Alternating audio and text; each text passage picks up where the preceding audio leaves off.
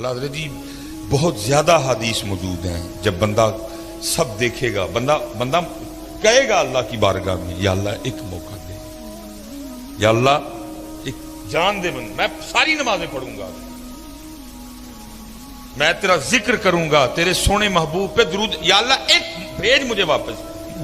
اب تو سب کچھ دیکھ چکے ہیں، بلکہ حضرت یہاں تک بھی حدیث پاک ملتی ہے کہ سارے جو مسلمان ہیں، جو مسلمان ہی مریں گے وہ ہمیشہ جہنم میں نہیں رہیں گے، اپنی اپنی سزا بھگت کے وہ جنت میں۔ لکھا جی صرف 2 رہ جائیں گے مسلمان، حدیث پاک کا مفہوم ہے۔ اللہ پاک فرمائیں گے کوئی وجہ دیکھو، بناؤ کوئی وجہ، ان کو بھی جنت میں بھیجو۔ فرشتے نامہ اعمال چیک کریں گے، تو لکھا جی ان کے نامہ اعمال میں کوئی وجہ ہی نہیں ہوگی، کوئی۔ فرشتے عرض کریں گے یا اللہ سارا رجسٹر دیکھا ہے، کوئی وجہ نہیں ملی، کبھی انہوں نے کسی بھوکے کو کھانا نہیں کھلایا، کبھی کسی پیاسے کو پانی نہیں پلایا، کبھی کسی یتیم غریب فقیر کچھ ایسا ہے ہی نہیں نامہ اعمال میں۔ اللہ فرمائیں گے دونوں کو لے کے آؤ۔ لکھا جی اللہ معاف فرمائے جو جسم ہے وہ جہنم کی آگ کی وجہ سے جل کے کوئلہ ہو چکی ہے، اللہ پاک نگاہ رحمت فرمائیں گے، جسم پھر سرسبز و شاداب ہو جائیں گے۔ جب وہ دونوں بندے اللہ کی بارگاہ میں آئیں گے نا تو اللہ پھر دونوں کو حکم دیں گے کہ جہنم میں واپس چھلانگ لگاؤ۔ لکھا جی ایک تو نہ آؤ دیکھے گا نہ تاؤ دیکھے گا، وہ واپس جہنم میں چلا۔ دوسرا کیا کرے گا، وہ تھوڑا سا چلے گا اور پھر رک کے نہ واپس دیکھے گا، پھر چلے گا، پھر رک کے واپس جہنم میں چھلانگ نہیں لگائے گا۔ اللہ پاک فرمائیں گے کہ یہ جس نے جہنم میں چھلانگ لگائی اس کو بھی لے کے آؤ، جس نے یہ نہیں نہ لگائی اس کو بھی لے کے آؤ۔ وہ جس نے لگائی ہوگی ظاہر ہے جسم پھر جل چکا ہوگا، اللہ پھر نگاہ رحمت فرمائیں گے جسم۔ اللہ پوچھیں گے وہ بندیا تجھے پتا تھا جہنم بڑی تکلیف دینے والی جگہ ہے تو پھر چھلانگ لگا دی؟ عرض کرے گا رب کریم تو نے مجھے 60 سال 70 سال زندگی دی اور میں کیسا بد نصیب تھا کہ میں نے تیری ایک بات بھی نہیں مانی ہے۔ میں نے کہا اے بندیا اج پھر موقع ملیا اپنے رب دی گل منن دا، انہیں پینا سڑنا ہے، اوے حج ہی مان جا، پینا سڑنا ہی ہے لیکن آج ہی مان جا۔ اس لیے رب کریم میں نے پھر چھلانگ لگا دی۔ اللہ فرمائیں گے اچھا چل جا تجھے معاف کیا، چل جا جنت میں۔ دوسرے کو پوچھا جائے گا بندے ساری زندگی بھی بات نہیں مانی، آج پھر نہیں مانی؟ بڑی حضرت اس دن بندے کو اس سے زیادہ کوئی حسرت نہیں ہوگی کہ میں نے اپنے رب کی بات کیوں نہیں مانی تھی۔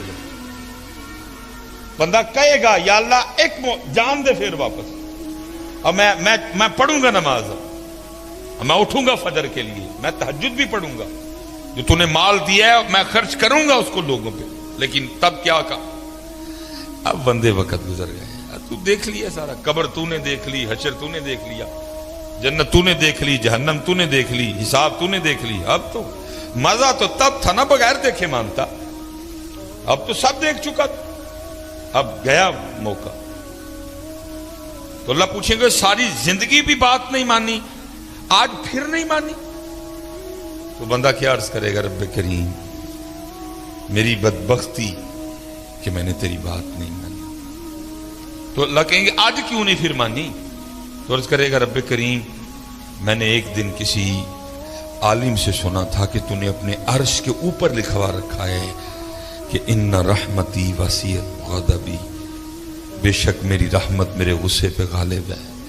تو جب تو نے حکم دیا نا جہنم میں جانے کا تو میں سمجھ گیا کہ اس وقت معاملہ غصے اور غضب والا ہے، اس لیے تھوڑا سا چل کے رخ کے دیکھتا تھا، ہو سکتا ہے دریا رحمت جوش میں آ چکا اور مجھے معافی مل جائے۔ اللہ فرمائیں گے جا تو اس کو بھی جنت میں لے جاؤ۔ اس دن اس سے زیادہ بندے کو کوئی حسرت نہیں ہوگی کہ میں نے اپنے اللہ کی بات کیوں نہیں مانی تھی، میں نے کیوں نماز نہیں پڑھی تھی، میں نے کیوں ذکر نہیں کیا تھا۔ اس لیے حضرت میری سب سے گزارش ہے کہ وقت میاں کر لو حضرت، کر لو آج اپنے معاملے پورے. اللہ کی قسم ہے، کیونکہ سنا کے آپ کو تو کچھ ہو نہ ہو پر مجھے بڑا کچھ ہو جاتا نا، پھر کھانے کو دل کرتا ہے. ویکھ دے پیو نا ایڈے مشہور مولوی دیاں باواں ایڈیاں ماڑیاں ہونی چاہیے. آپ تو پھر مجھ پہ تاری ہو جاتا ہے، حضرت کھانے کو دل نہیں کرتا. جب کچھ سنا لوں نا اس پھر خود پہ تاری ہو جاتا ہے، نہ کھانے کو دل کرتا ہے نہ پینے کو. اتنا خوفناک معاملہ ہے قبر کی تنہائی. میں اس دن ایک بڑا پیار والا بچہ ہے تو اس کے والد انتقال کر، میں اس کی دل جوئی کے لیے گیا تو وہ قبر میں نا کیڑے بڑے تھے، اس نے وہ مارنے شروع کیا. میں نے اس کو کہا، میں نے کہا پترا نہ مار، رب دی مخلوق ہے. لیکن وہ باپ کی محبت تھی وہ، تو اس کو تو میں نے نہیں کہا، لیکن میں نے کہا پھر مار لا، کنے کو ماریں گے.